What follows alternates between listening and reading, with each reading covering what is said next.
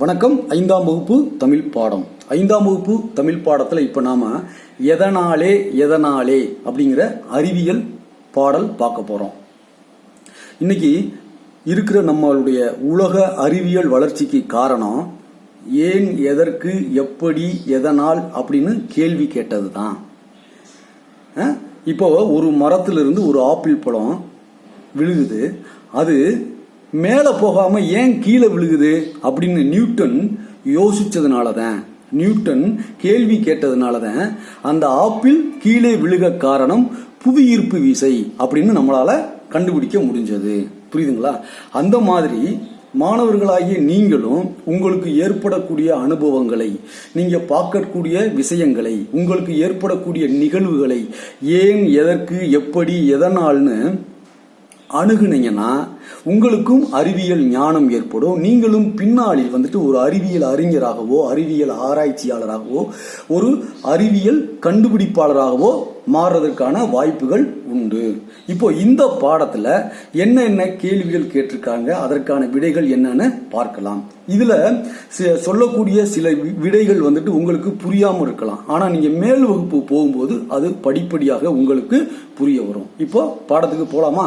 பாருங்க. எதனாலே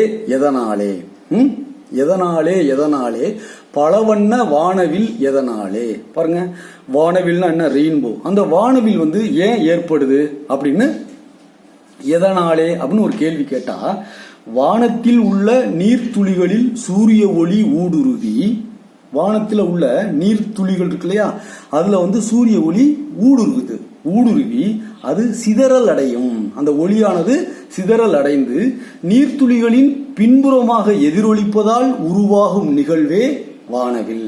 புரியுதுங்களா? அதாவது வானத்தில் உள்ள நீர்த்துளிகளில் சூரிய ஒளி ஊடுருவி அது சிதறல் அடைந்து நீர்த்துளிகளின் பின்புறமாக எதிரொலிப்பதால் உருவாகும் நிகழ்வே வானவில். புரியுதுங்களா? இந்த வானவில்ல 7 நிறங்கள் இருக்கும். என்னென்ன நிறம் இருக்கும் சொல்லுங்க? நீலம், கருநீலம், ஊதா, பச்சை, மஞ்சள், ஆரஞ்சு, சிவப்பு. 7 நிறங்கள் இருக்கும்.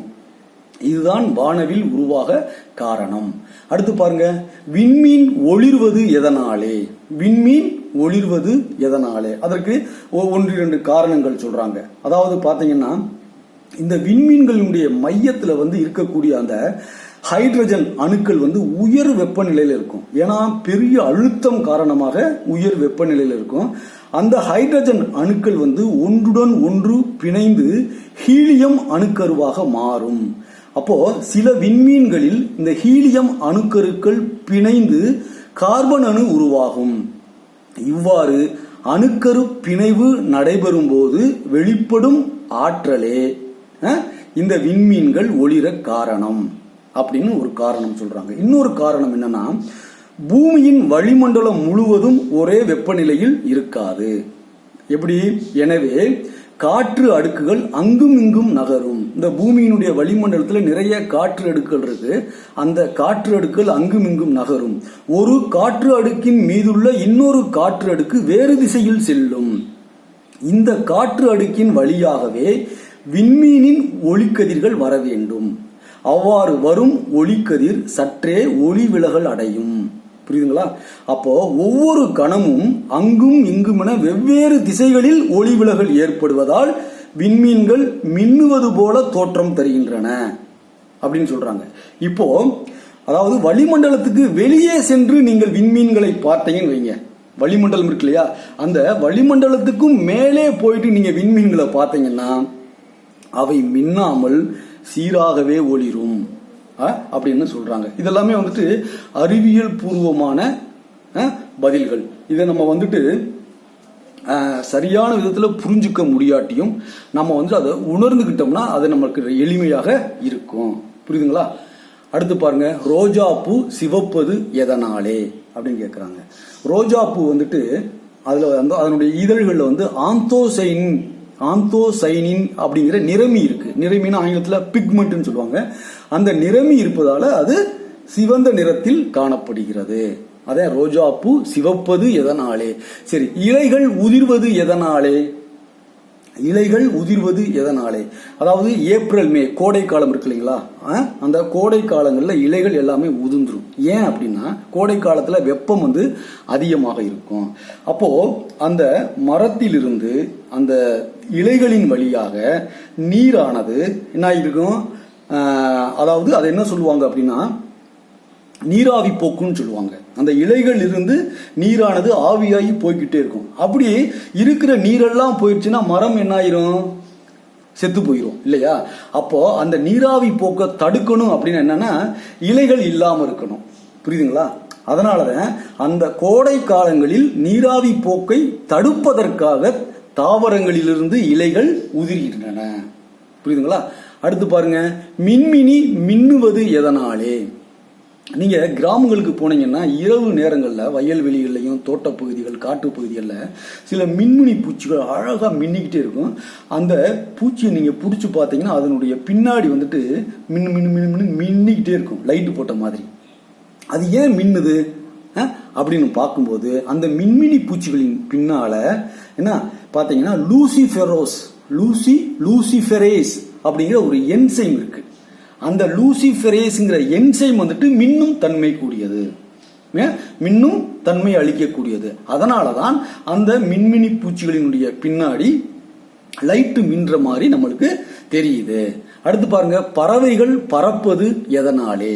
பறவைகள் பறப்பது எதனாலே? பறவைகள் எப்படி பறக்குது அப்படின்னு நம்ம யோசிச்சு பார்க்கும்போது அந்த பறவைகளினுடைய எலும்புகள்லையும் இறகுகள்லையும் காற்றுப்பைகள் உள்ளன. இப்ப நம்ம ஒரு பறவை பார்க்கறோம்னா அந்த பறவை நீங்க பிடிச்சி பார்த்தீங்கன்னு வச்சுங்களா வெயிட்டாவே இருக்காது. புரியுதுங்களா? முதல்ல பறக்கிறதுக்கு நம்ம வந்துட்டு எடை குறைவா இருக்கணும். அந்த மாதிரியான பறவைகள் இருக்கு. அந்த பறவைகளுடைய எலும்புகள்ல என்ன இருக்குன்னா எலும்புகளையும் இறகுகளையும் காற்று பைகள் இருக்கு. இப்ப நம்மளுடைய எலும்புல வந்துட்டு காற்று பைகள் கிடையாது. நம்மளுடைய எலும்புல ஃபுல்லா எலும்பு, மஜ்ஜை, அதே மாதிரி வந்துட்டு ரத்தம், அதுதான் இருக்க ஒழிய காற்றுப்பைகள் கிடையாது. ஆனா பறவைகளினுடைய எலும்புகள்லையும் இறக்கைகளையும் காற்றுப்பைகள் இருக்கு. அப்ப என்னன்னா எடை குறைவா காணப்படுது. அப்ப அந்த காற்றுப்பைகள் மூலம் அந்த பறவைகள் பறப்பதற்கு எளிதில் உதவுது. புரியுதுங்களா? அடுத்து பாருங்க, மின்னல் மின்னுவது எதனாலே அப்படின்னு கேட்கிறாங்க.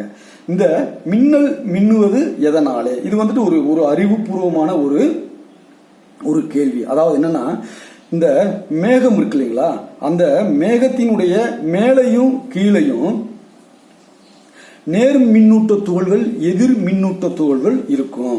புரியுதுங்களா? இந்த துகள்கள் இருக்கு இல்லைங்களா, இந்த துகள்கள் தூண்டப்பட்டு மேகத்தில் மிக வலிமையான மின்னாற்றல் தேக்கப்படுது.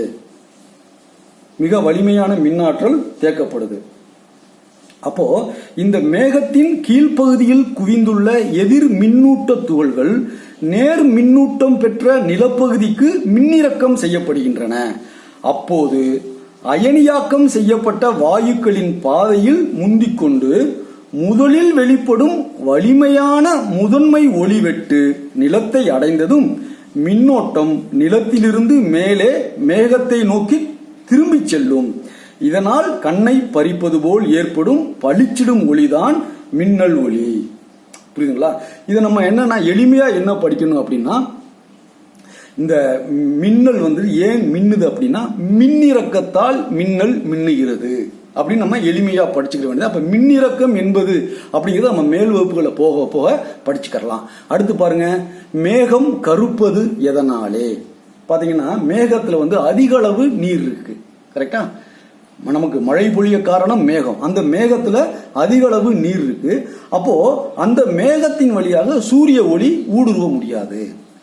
ஒளி புகழேனா எப்படி இருக்கும்? அந்த பகுதி இருட்டா இருக்கும். இருட்டா இருந்தா கருப்பா இருக்கும். அதுதான் அப்ப மேகத்தில் அதிக அளவு நீர் இருப்பதால் சூரிய ஒளி ஊடுருவ முடியாது. ஆதலால் மேகம் கருப்பாக தோன்றுகிறது. அடுத்து பாருங்க, கடலில் அலைகள் எதனாலே? புரியுதுங்களா? அதாவது இந்த பூமியின் மீது சந்திரனின் ஈர்ப்பு விசை இருப்பதால் கடலில் அலைகள் தோன்றுகின்றன. இந்த பூமியின் மீது சந்திரனுடைய ஈர்ப்பு விசை இருப்பதால் கடலில் அலைகள் தோன்றுகின்றன. இப்போ அனைத்தின் காரணம் கண்டறிந்தால் அறிஞனாகலாம் அதனாலே அப்படின்னு இந்த பாடல் முடியுது. பாருங்க, எதனாலே பலவண்ண வானவில் எதனாலே, விண்மீன் ஒளிர்வது எதனாலே? ரோஜாப்பூ சிவப்பது எதனாலே? இலைகள் உதிர்வது எதனாலே? மின்மினி மின்னுவது எதனாலே? பறவைகள் பறப்பது எதனாலே? மின்னல் மின்னுவது எதனாலே? மேகம் கருப்பது எதனாலே? கடலில் அலைகள் எதனாலே? அனைத்தின் காரணம் கண்டறிந்தால் அறிஞனாகலாம் அதனாலே அப்படின்னு இந்த பாடல் முடியுது. இந்த மாதிரி நமக்கு தெரியக்கூடிய பல எளிமையான விஷயங்களுக்கு நமக்கு காரணமே தெரியாம இருக்கும். ஆனா நீங்க ஏன், எதற்கு, எப்படி, எதனால்னு கேள்வி கேட்டீங்கன்னா தான் உங்களுக்கு அந்த காரணம் தெரிய வரும். புரியுதுங்களா? அந்த உங்களுக்கும் அந்த அறிவியல் ஞானம் ஏற்பட வேண்டும். நீங்களும் உங்களுக்கு ஏற்படக்கூடிய அனுபவங்களை, நிகழ்வுகளை கேள்வி கேட்கணும் அப்படிங்கறதா இந்த பாடத்தினுடைய நோக்கம்.